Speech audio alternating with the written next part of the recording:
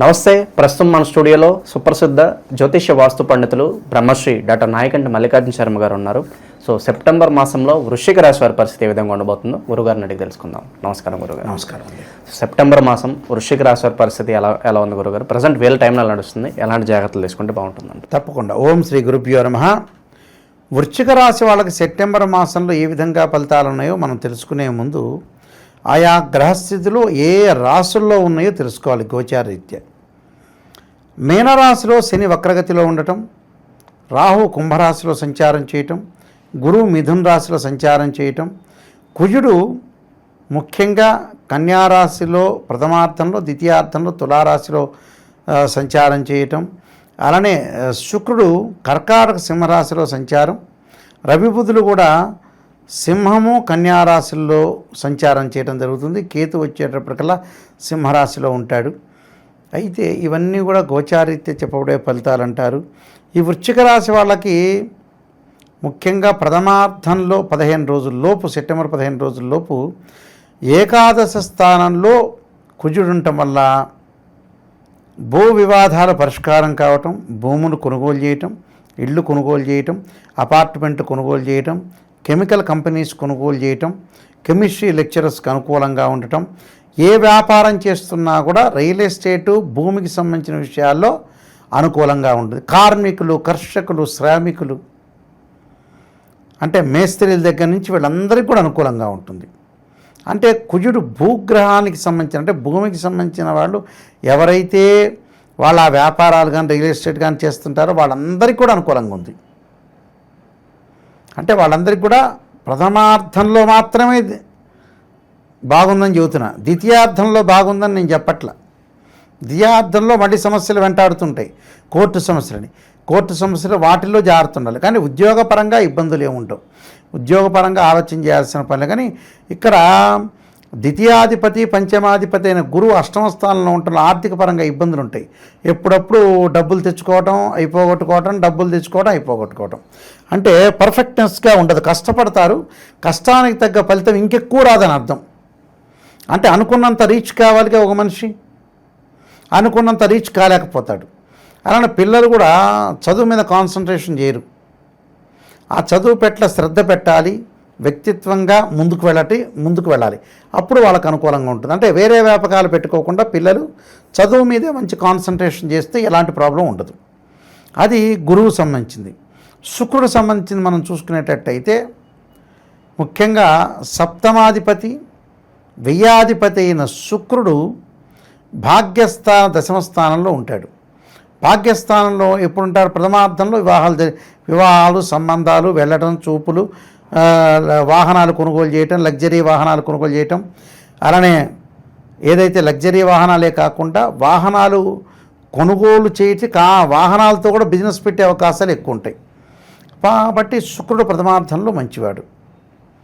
మరి మిగతా గ్రహాల యొక్క పరిస్థితి ఏంటి గురువుగారండి అనేవాళ్ళు కూడా ఉన్నారు. రవి బుధాదిత్యోగం అనేది ఏకాదశ స్థానంలో వస్తాడు. ఎప్పుడు వస్తాడంటే ద్వితీయార్థంలో వస్తాడు. ఇవన్నీ ద్వితీయార్థంలోనే వీళ్ళకి బాగుంటాయి కొన్ని గ్రహాలు.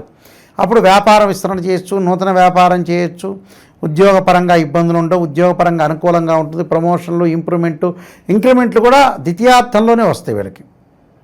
అంటే ద్వితీయార్థంలో రవి బుధుల యొక్క కలయిక అనేది చాలా మంచిది, ఎలాంటి ప్రాబ్లం లేదు. మరి శని రాహుల యొక్క స్థితి ఏంటి? పంచమంలో ఉన్న శని వక్రస్థితి పొందటం వల్ల తల్లి యొక్క ఆరోగ్య విషయంలో జాగ్రత్త ఉండాలి.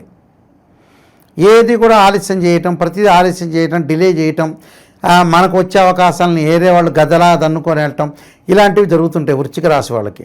వృశ్చిక రాశి వాళ్ళు డిలే చేస్తాడు.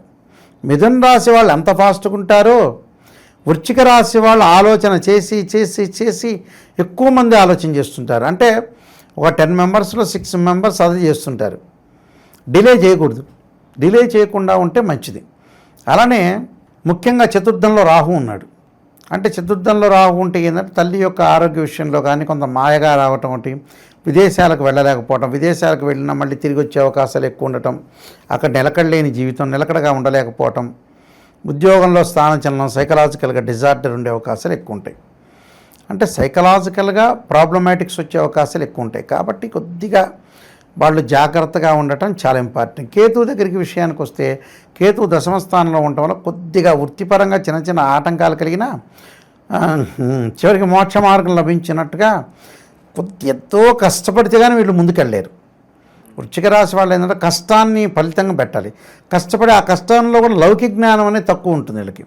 లౌకిక జ్ఞానాన్ని పెంచుకొని ముందుకెళ్తే వీళ్ళకి మంచి సక్సెస్ అయ్యే అవకాశం ఖచ్చితంగా ఉంటుందండి.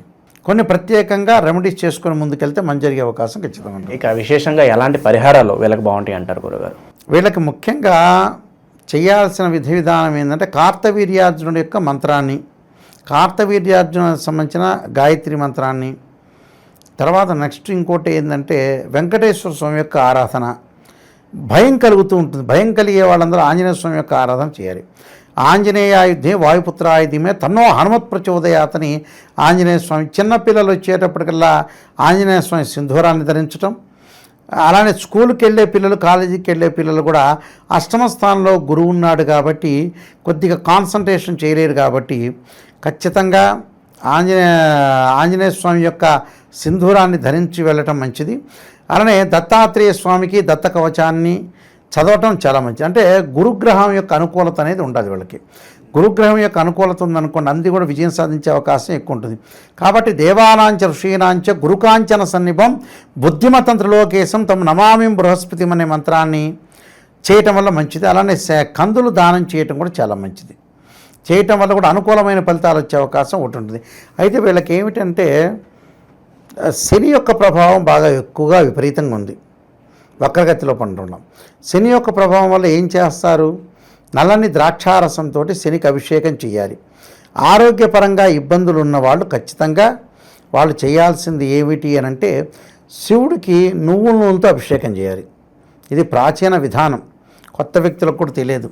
నువ్వుల నూనెతోటి శివుడికి అభిషేకం చేస్తే వాళ్ళకి ఆరోగ్యం అనేది కుదుటపడుతుందని అర్థం. అంటే కంపల్సరీ కూడా ఈ విధానాలు చేస్తే వాళ్ళకి మంచి జరిగే అవకాశం ఖచ్చితంగా ఉంటుంది. గురుగారు, కొంతమంది ఏ పని చేసినా అసలు ముందుకెళ్ళట్లేదండి, ఎప్పుడు పెండింగ్ పడుతూనే ఉంటుంది, అనుకూలత రావట్లేదు అంటూ ఉంటారు కదా, అటువంటి వారికి ఏదన్నా మంత్రం ఉంటుందా? ఏదన్నా ఏ పని అని అంటే ఒకటే పని, కొన్ని పనులు ఆలస్యం జరిగే అవకాశాలు ఒకటి ఉంటాయి. ఈ ఆలస్యం జరగకుండా ఉండాలి అని అంటే ఏమిటి అని అంటే ప్రతి పనిలో కూడా తొందరగా ఫాస్ట్ మూవింగ్ కావాలంటే ఏమిటంటే ఒకటే మంత్రం.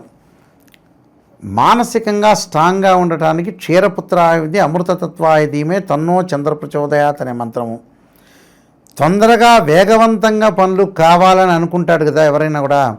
ఆ వేగవంతంగా పనులు కావాలంటే ఖచ్చితంగా ఈ రాశి వాళ్ళు ప్రత్యేకంగా కుజుడిని ఆరాధన చేయాలి. కుజుడిని ఎలా ఆరాధన చేయాలి? అంగారక గ్రహం ఉంటుంది, అంగారక గ్రహానికి అభిషేకం చేయాలి. ఎలా చేయాలి? రోజు వాటర్తో అభిషేకం చేయాలి.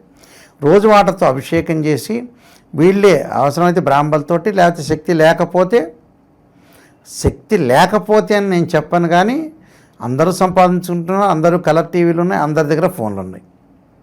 అక్కడ పిసినార్తనం చూపించుకోకుండా తోటి ఎవరన్నా బ్రాహ్మణ్ణి పిలిపించి రోజు వాటర్తో అభిషేకం చేయించండి. చేయించిన తర్వాత కందులు దానం ఇవ్వండి, ఎర్ర వస్త్రం దానం చేయండి, ఎర్ర పూలు దానం చేయండి, ఎర్ర గొడుగు దానం చేయండి, ఎర్ర చెప్పులు దానం చేయండి. చేస్తే మంచి జరిగే అవకాశం ఉంది. దాంతోపాటు 2 జంట సర్పాలను దానం చేయడం చాలా మంచిది. ఓవరాల్గా ఈ రాశి వాళ్ళందరూ కూడా సెప్టెంబర్ మాసం ఏ విధంగా ఉండబోతుందో అద్భుతంగా వివరించారు. ధన్యవాదాలు. నమస్కారం.